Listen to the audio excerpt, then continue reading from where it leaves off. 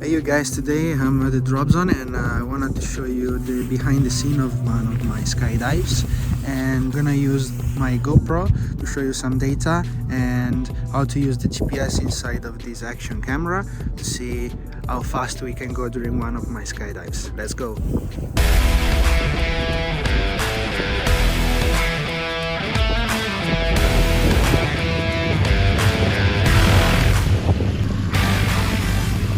And at the end of the video, I'm gonna give you a step-by-step process on how to use the GPS inside of the GoPro so you can record your velocity, your altitude during all of your skydives.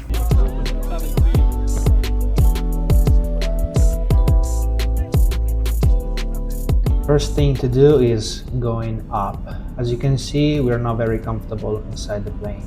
But anyway, so some real data. As you can see, on the top left we have the velocity, top right we have the altitude, bottom left we have the track, the 2D map of the plane and the flight trajectories, and on the bottom right we have the acceleration. At the moment I can already tell you that there are some problems with the GPS because altitude is telling us that we are at 64 meters above sea level, which is of course not correct. Another strange thing is about the G indicator.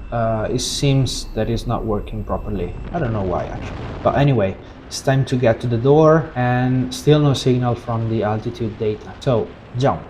Now we're seeing something really strange because the velocity is going down to 0.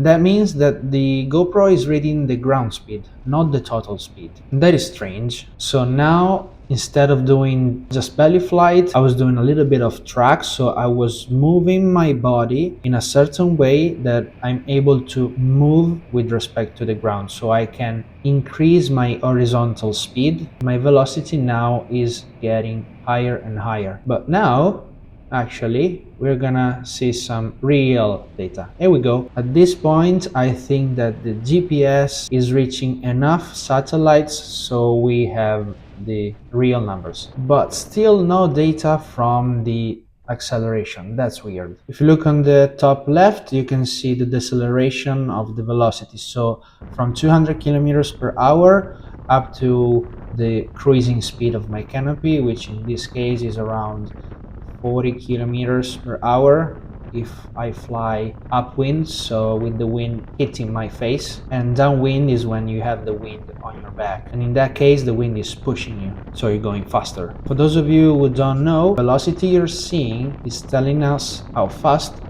we are going compared to the ground. If you want to know the true airspeed, so the speed you're flying in the air, you need another kind of instrument like a pitot or an anemometer, some kind of instrument that is going to give you the airflow velocity, not the ground speed. I'm still wondering why I cannot read any acceleration data. If you guys know why this is happening, please let me know in the comment. Well, actually, I've got an idea. Maybe this is due to the kind of settings that you put on your GoPro. In fact, for this jump, I had the hyper smooth active, and maybe this kind of setting is acting like a filter, so the G's that I'm seeing on the right are not actually the thing that I'm experiencing in reality. I hope you guys like this kind of videos, and if you have any questions, please let me know in the comments, and I'll see you on the next one.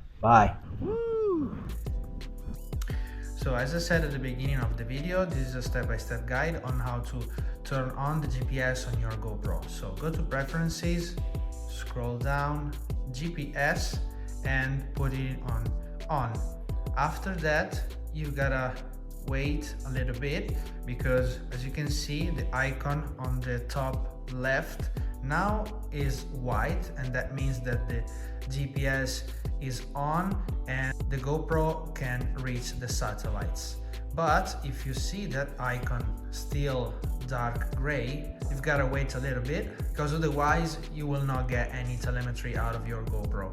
So once it's white like this, you can start recording your video, and by the end you will have a complete telemetry of anything that you have recorded.